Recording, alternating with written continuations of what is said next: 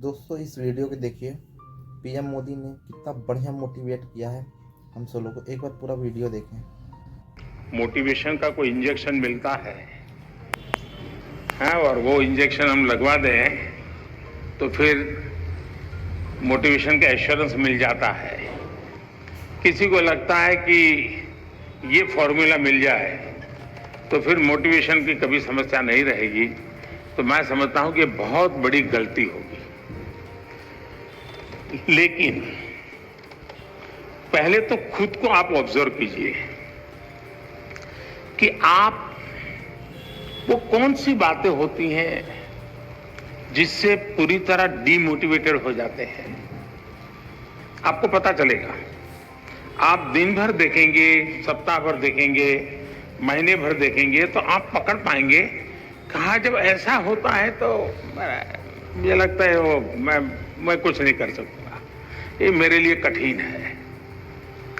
तो एक खुद को जानना और उसमें भी वो कौन सी बातें हैं जो मुझे हताश कर देती है, निराश कर देती है, एक बार उसको जान ले और उसको एक बार नंबर बॉक्स में डाल दे। ठीक है, फिर आप कोशिश कीजिए कि वो कौन सी चीजें हैं जो सहज रूप से आपको मोटिवेट करती हैं।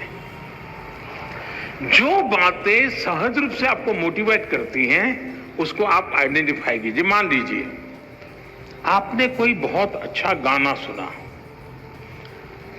सिर्फ उसका संगीत नहीं, उसके शब्दों में कुछ चीजें ऐसी है कि आपको लगता है हाँ यार, सोचने का तरीका ये भी हो सकता है।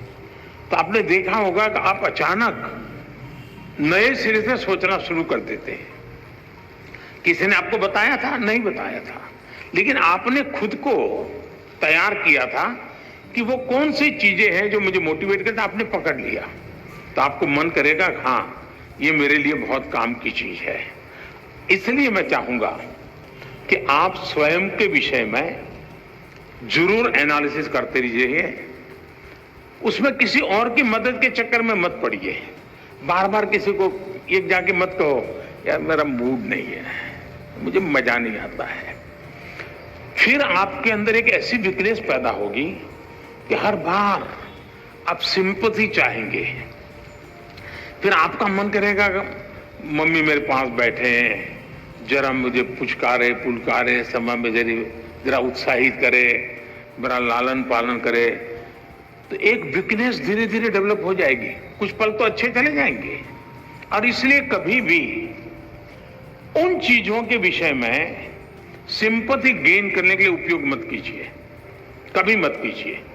है जीवन में मुसीबतें आई, निराशा आई, हताशा आई, मैं उसको खुद जीऊंगा, मैं उससे जम करके उससे जंग करूंगा और मेरी ही निराशा, मेरी उदासीनता को मैं ही खत्म कर दूंगा, मैं ही उसको कब्र में गाड़ दूंगा। ये विश्वास पैदा करें।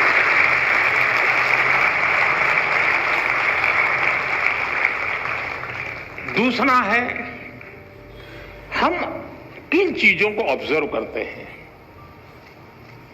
कभी कभी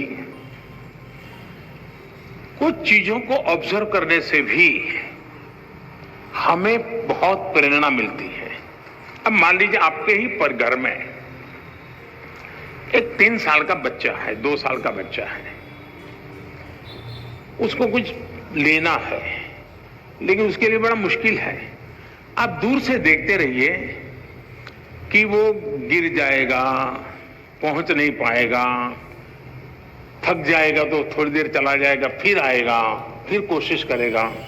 मतलब आपको वो सिखा रहा है कि ठीक है मेरे लिए मुश्किल है लेकिन मैं अपनी कोशिश नहीं छोड़ूंगा। ये मोटिवेशन क्या किसी स्कूल में किसी ने पढ़ाया था क्या? उस 2 साल के बच्चे को कोई प्राइम मिनिस्टर गया था कहने के लिए क्या मत हो जा बेटे, खड़े हो जाओ, दौड़ो, ऐसा कहने गया था क्या? जी नहीं। ईश्वर ने एक इनहेरेंट क्वालिटी हम सब में रखी हुई है जो हमें कुछ ना कुछ करने के लिए वो ड्राइविंग फोर्स बनती है। छोटे बालक में भी होता है। हमने कभी इन चीजों को ऑब्जर्व किया है? आपने देखा होगा कि कोई दिव्यांग अपनी कुछ गतिविधि करता है, उसने अपने तरीके ढूंढ लिए हैं, बहुत अच्छे ढंग से करता है। लेकिन हमने माइन्यूटली ऑब्जर्व किया कि देखिए भाई, ईश्वर ने उसकी इतनी शरीर में कमियां दी है, लेकिन उसने हार नहीं मानी है, उसने अपनी कमियों को ही शक्ति बना दिया है।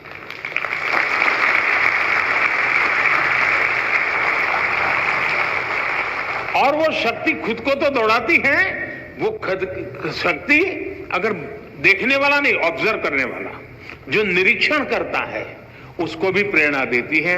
हम कोशिश करें हमारे आसपास जो चीजें हैं उसको हम उस रूप में ऑब्जर्व करें, उसकी वीकनेसेस को ऑब्जर्व ना करें, उस कमियों को उसने कैसे मात किया है, उन कमियों को वो कैसे मात करता है, उस प्रक्रिया को बारीकी से देखिए। आप फिर अपने आप को उसके साथ कोरिलेट करेंगे कि हाँ, मैं ऐसा होता है तो मैं भी शायद ऐसा कर सकता हूं। ईश्वर ने तो मुझे हाथ पैर सब बहुत बढ़िया दिया है, मुझे तो कोई कमी नहीं है, मैं क्यों चुप बैठा हूं। आप खुद दौड़ने लग जाएंगे। और इसलिए मुझे लगता है कि खुद की एग्जाम लेते हैं क्या? आप अपनी एग्जाम भी तो कभी लीजिए, कोई आपकी एग्जाम क्यों ले? जैसे मैंने शायद मेरी जो किताब है एग्जाम वॉरियर, उसमें एक जगह पे लिखा हुआ है कि आप कभी एग्जाम को ही एक चिट्ठी लिख दो, हे डियर एग्जाम, और उसको लगो तुम क्या समझते हो, मैंने ये तैयारी की है, मैंने ये तैयारी की है, मैंने ये मेहनत की है, मैंने इतना प्रयास किया है, मैंने ये पढ़ा है, मैंने ये लिखा है, मेरी इतनी नोटें भरी हुई है, मैं टीचर के साथ इतने घंटे बैठा हूं, मैंने मम्मी के साथ इतना समय बिताया है, मैं मेरे पड़ोसी की छात्र ने अच्छा काम किया तो उसके जाकर, अरे मैं इतना सीख करके आया हूं, तुम कौन होते हो मेरा मुकाबला करने वाले?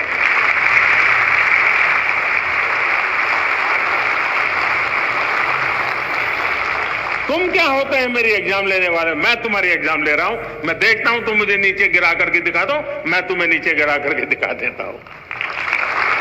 कभी तो करिए। कभी कभी आपको लगता है कि भाई मैं ये जो सोचता हूं सही है गलत है, आप ऐसा कीजिए, एक बार रिप्ले करने की आदत बनाइए। रिप्ले करने की आदत बनाएंगे तो आपको एक नई दृष्टि मिलेगी। जैसे मानो क्लास के अंदर कुछ सीख करके आए हो, आपके 3-4 दोस्त हैं, बैठिए और आज जो सीखा है आप ही टीचर बन के आपके 3 दोस्तों को सिखाइए, फिर दूसरा दोस्त और 3 को सिखाए, फिर तीसरा दोस्त और 3 को सिखाए, फिर चौथा दोस्त, यानी एक प्रकार से जितने पाया होगा वो परोसेगा और हर एक को ध्यान में आएगा, देखिए यार उसने इस बिंदु को पकड़ा था, मुझसे छूट गया था, उसने इस पॉइंट को पकड़ा था, मुझसे छूट गया था।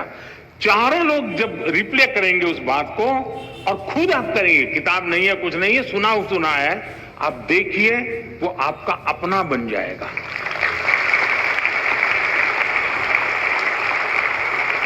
आप चीजों को, अब आपने देखा होगा कहीं कोई घटना घटी हो, बड़े बड़े पॉलिटिकल लीडर को भी ये टीवी वाले खड़े हो जाते हैं ना डंडा लेकर के, और आपने देखा होगा वो जवाब देने में इधर उधर हो जाते हैं।